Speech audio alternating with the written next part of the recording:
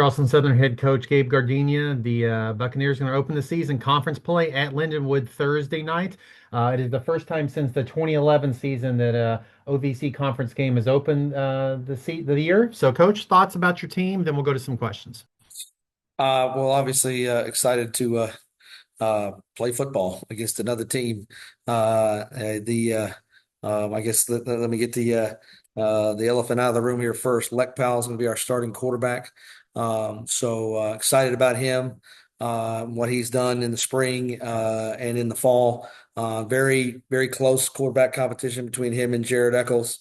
Both are really good players. Super excited about both of them. But Lek has won the job, and we're super confident in who he is and what he's done with our offense. Has just done a tremendous job of kind of getting us in better plays and getting us out of bad plays.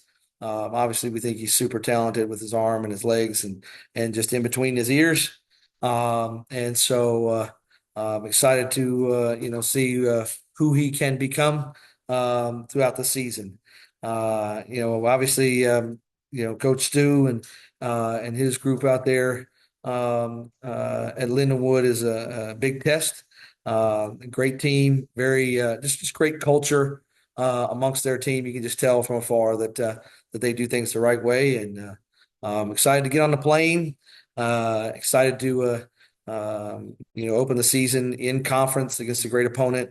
And just excited for our players. They've worked very, very hard to get to this point, to put themselves in a chance to go compete and be successful. And just the way we've kind of come together, I really think since January has been awesome. Got some new staff, and so doing some things, I guess, obviously a little bit differently than we've done them in the past, but want to show that same character of physical toughness, connectedness.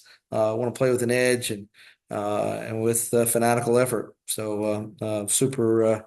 Just feel blessed right now to be a college coach and to have 100 plus young men under our tutelage here. Perfect, Coach. Thanks. I love how you said the quarterback right out of the way too. You're the first person to do that. So, Ethan has his hand up. Go ahead, Ethan. You guys get your questions. Hey, Coach. Ethan Hannaford here. We'll be broadcasting the game at Lindenwood on Thursday.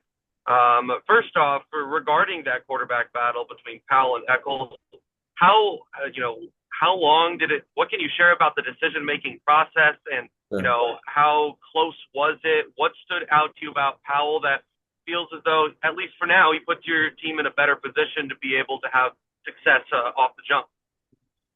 Well, we set these guys down when we got back in January, and even Caden Clay, our guy that's going to be third team, and we just told him, we said, we're not going in the portal. We believe in you guys. What you guys have done here, what you did last year, what you've put on tape, which I think says a lot about them. And you got to understand our coordinator, Seth Strickland, he wasn't here when we recruited these guys. We've been really pleased with everybody's performance.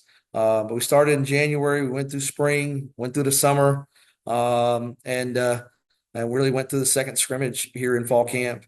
Probably frustrating for them, but it's the right thing to do. A bunch of good players, and want to see them grow, mature, be patient, develop. And about 6 days ago, I guess, just pulled them all in and talked to them man to man, and told them that Lek was going to be our starter, and that he had won the job. And I just think players like clear communication. Obviously, guys will be disappointed, but we've really asked everybody to respond the right way, and they have. I've been very impressed with Jared and Caden and their responses to this. But really, giving Lek the bulk of the reps here now, man, he's done a great job. I'm just excited to see him go play free. We're not playing musical quarterbacks. I told him, I said, we ain't looking over our shoulder here. All right, we're not going 3 drives and then going other. No, you're our quarterback. So let's go play. Let's go have fun. And I think that's what our offense needs. And I give a credit to a lot of our players on offense for being a valuable part of the whole competition. They're out there, working with different guys and making plays, and so I think just really excited about the unity that we have in our locker room. Coach, the conference games, you play the conference games when they're in your schedule that you're told to, but does it make a difference? It's week one. You'd have to play this anyway, but how's that changed things maybe you've done in the past? I mean, I don't think it does. Not for us. Maybe it does for other people, not for us. Every game on the schedule is important. Every team in this league is trying to make the playoffs. So an FCS game to start off week one in conference. Hey, we try to really just be consistent with our preparation, no matter if it's in conference or out of conference. And so I think our players are really excited just because they're dying to compete. And they know that every team in this conference is a very good, well-coached team. And yeah, just excited to get on the field.